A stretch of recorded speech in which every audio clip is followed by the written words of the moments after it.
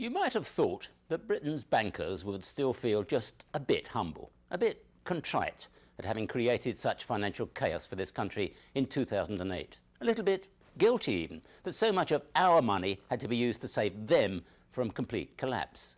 You might have thought that they would at least accept the need for reform of their institutions. And so a special inquiry set up by the British government after the crisis is said to have one such reform in mind. A bold plan to split the retail and investment arms of the banks so that they could not recklessly gamble away our savings quite so easily in the future, so that if a bank played the market and lost, ordinary depositors' money would still be safe. You might have thought that banks would accept. It was quite wrong to have the British taxpayer underwriting banks with balance sheets bigger than our gross domestic product.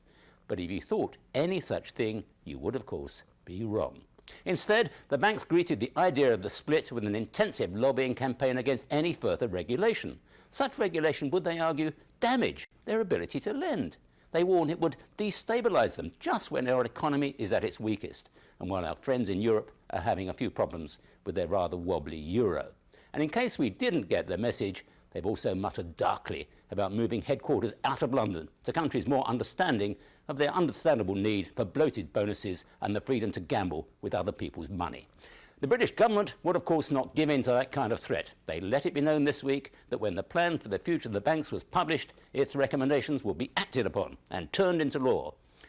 Nothing would, however, actually be done about the problem until after our next general election, that is, after 2015. For Britain's fine bankers, concentrating on this year's bonuses, that sounds a nice long way away.